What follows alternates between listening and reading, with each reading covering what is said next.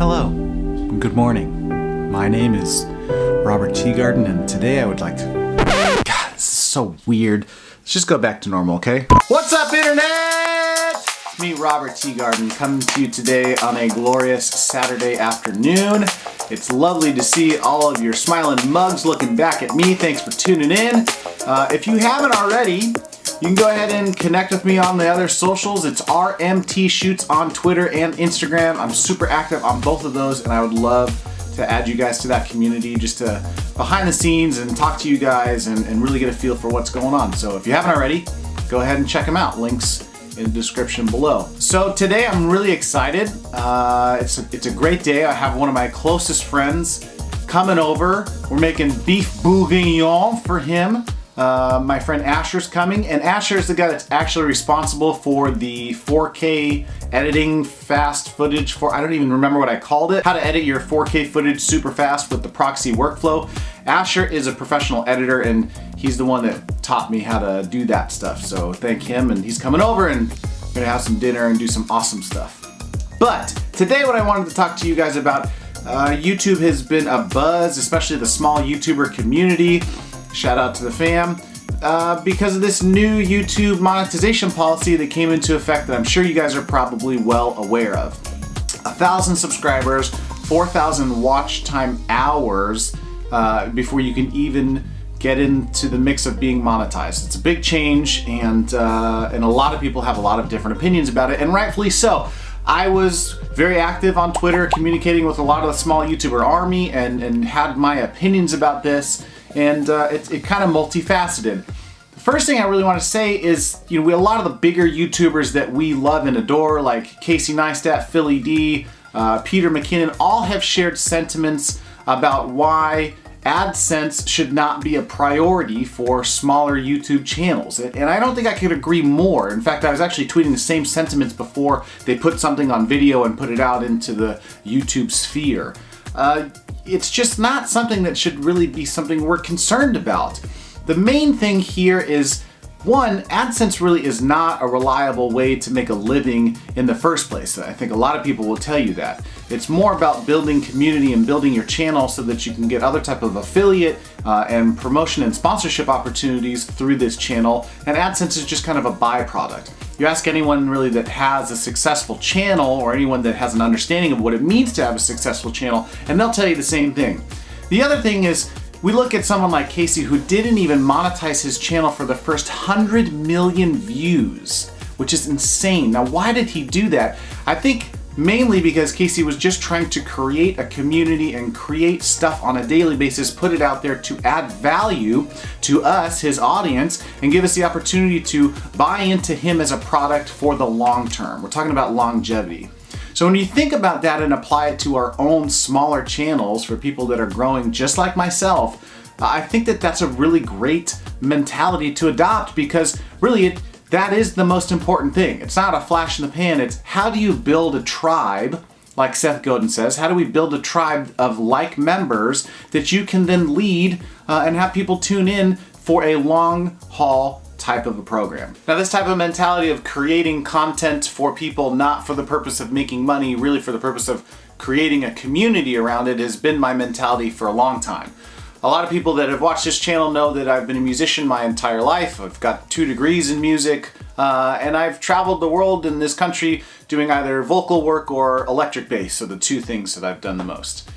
And I always used to say in my bands that it's not about making money. I used to do hardcore metal, real avant-garde, esoteric music that I knew didn't have a mass appeal.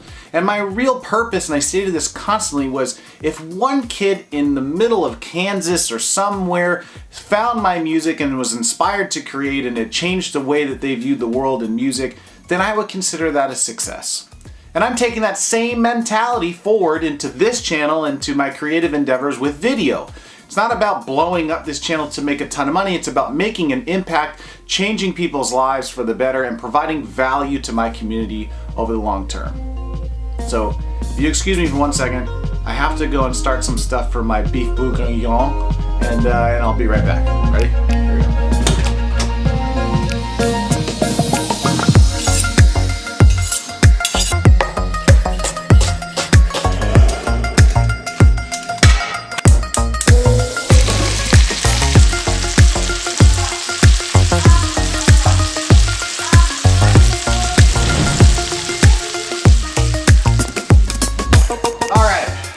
I'll let that sit for a little bit and get back to it in a second. So as I mentioned, music's a big part of my life. And I actually, as some of you may know, I'm a part-time professor for a bunch of universities here in Southern California, UCLA, Cal State Northridge, Musicians Institute, and Cal Poly Pomona. The other day I was at my Cal Poly Pomona class and it had ended, and as students were leaving the class, I had a young gentleman come up to me and stick out his hand and start to ask me some more questions about what we were talking about that night in class. Now I didn't recognize him, but I had only been in this class a couple weeks, and sometimes it takes a long time to figure out who all of the students are and what they're all about. As more people started to leave the class, I was still in this conversation. I noticed that there was an older gentleman that was definitely not my student sitting in the front row. I went over and stuck out my hand and shook his, and he said, "I'm the father of this kid that I was talking to."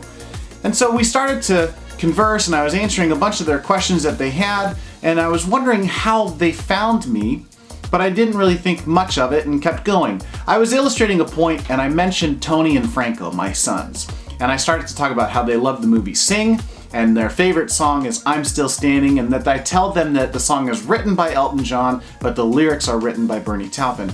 And this older gentleman said, "Yeah, we know. We actually found you on YouTube. We love your channel. You provide great content. Not only is it entertaining and it actually gives us a lot of answers, but it's so well done and the production value is so incredible." And I tried to play it off in the moment and smiled and was gracious and said thank you so much. But as I left, I called Juliana and I told her what happened, and I couldn't get this process out of my head.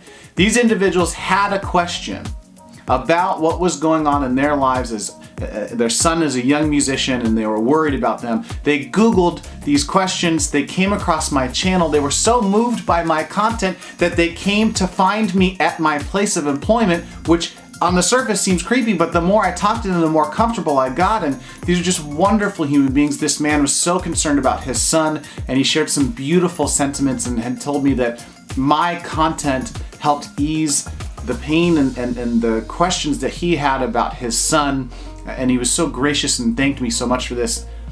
Guys, this is my, if the one kid in Kansas gets my music, I feel like a success. I can't tell you how amazing this feels days after trying to process this whole thing. So now I turn to this YouTube partner program, and I think of all the people that are upset about the fact that they can't monetize their channel. I gotta tell you guys, there is no amount of money that YouTube could have given me that would have made up for the fact that I have all these warm and fuzzies because I impacted a person's life and I got to meet them face to face off of content that I put on this channel for you.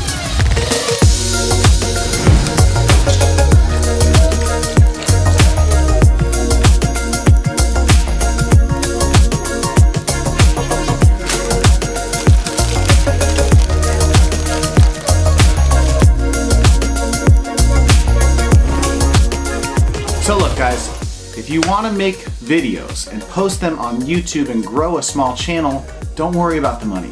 That's not what it's all about. There are a lot of other rewards than this monetary small amount of AdSense that people are freaking out about. If money's a thing, which I understand it might be, then, you know, shameless plug, I actually made a video about other ways that you can make money online and doing freelance work so that you can pursue your creative passion. So check that thing out if you haven't. It's top notch, baby, top notch. But my strategy is this. I'm going to continue to create and provide content that is not only entertaining, but is also educational and provides value for this channel for creative entrepreneurs. And I encourage everyone else to do the same thing. Find your niche, create great content, put it out in the world, be consistent, and most importantly, have a sense of patience. And you know what? It's gonna happen. It's gonna happen. You just have to put in the work. And I'm gonna do it, and I'm super stoked to bring you guys along. And all I wanna know is, who's coming with me? All right, guys.